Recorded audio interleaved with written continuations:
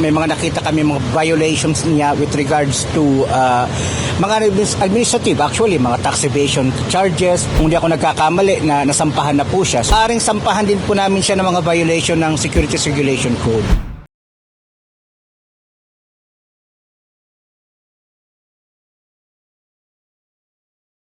Pinaghahandaan na ng Presidential Anti-Organized Crime Commission o PAOC ang pagsasampa ng mga reklamo laban kay Bamban Tarlac Mayor Alice Go kaugnay sa pagkakadawit niya sa operasyon ng mga illegal pogo companies sa kanyang lugar. Sinabi ni PAOC spokesperson Winston Casio, reklamang tax evasion ang isa sa mga isasampa nilang reklamo laban kay Go.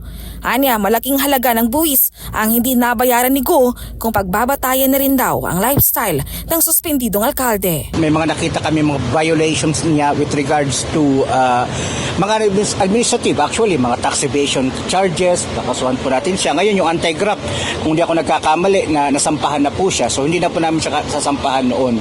Maaring sampahan din po namin siya ng mga violation ng Securities Regulation Code. Ayon kay Casio, makakatulong ngayon ang 6-month preventive suspension na ipinataw ng Ombudsman laban kay Go sa nagpapatuloy na investigasyon sa sinalakay na Pogo Hub sa Bamban Tarlac. Hindi ko pa po nababasa yung preventive suspension, pero kung meron man po, yan ay makatulong para mapasok namin yung munisipyo at makahingi kami ng iba pang mga records na nandoon sa kanila.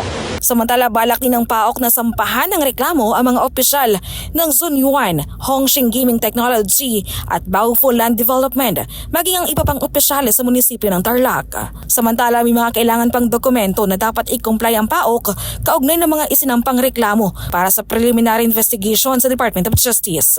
Isa sa mga naunang sinampahan ng reklamo ng PAOC ay ang isang Chinese national na nagsilbi raw enforcer o tagabugbog sa mga empleyadong hindi nakakakota. Para sa iba, mas madaling trabaho, i-deport na lang natin. But then no, we have to make them atone for their crimes here in the Philippines. Nang sa gayon, hindi sila pamarisan dito.